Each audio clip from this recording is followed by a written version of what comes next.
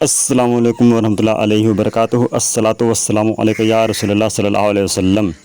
حدیث نمبر 29 صحیح مسلم میں ابو ہریرہ رضی اللہ تعالیٰ عنہ سے روایت ہے، کہتے ہیں کہ ایک روز رسول اللہ صلی اللہ تعالیٰ علیہ وسلم باہر تشریف لائے اور ابو بکر و عمر رضی اللہ تعالیٰ عنہما ملے۔ ارشاد فرمایا، کیا چیز تمہیں اس وقت گھر سے باہر لائی؟ عرض کی، بھوک۔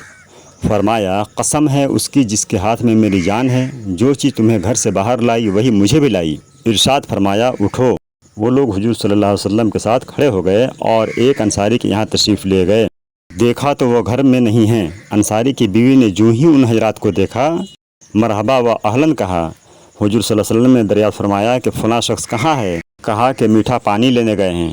اتنے میں انصاری آ گئے۔ حضور صلی اللہ علیہ وسلم اور شیخین کو دیکھ کر کہا، الحمدللہ، آج مجھ سے بڑھ کر کوئی نہیں جس کے یہاں ایسے معزز مہمان آئے ہوں۔ پھر وہ کھجور کا ایک خوشہ لائے جس میں ادھ پکی اور خشک کھجوریں بھی تھیں اور رطب یعنی تر و تازہ کھجوریں بھی تھیں، اور ان حضرات سے کہا کہ کھائیے، اور خود چھری نکالی یعنی بکری ذبح کرنے کا ارادہ کیا۔ حضور صلی اللہ علیہ وسلم نے فرمایا، دودھ والی کو نہ ذبح کرنا۔ انصاری نے بکری ذبح کی۔ ان حضرات نے بکری کا گوشت کھایا اور کھجوریں کھائیں، پانی پیا۔ جب کھا پی کر فارغ ہوئے، ابو بکر و عمر رضی اللہ تعالیٰ عنہما سے فرمایا کہ قسم ہے اس کی جس کے ہاتھ میں میری جان ہے، قیامت کے دن اس نعمت کا سوال ہوگا، تمہیں بھوک گھر سے لائی اور واپس ہونے سے پہلے یہ نعمت تم کو ملی۔ اگر ویڈیو پسند آیا ہو تو لائک و شیئر کریں، اور اسی طرح کے مزید ویڈیو کے لیے ہمارے چینل رجاء اسلامک آفیشیل کو سبسکرائب کریں۔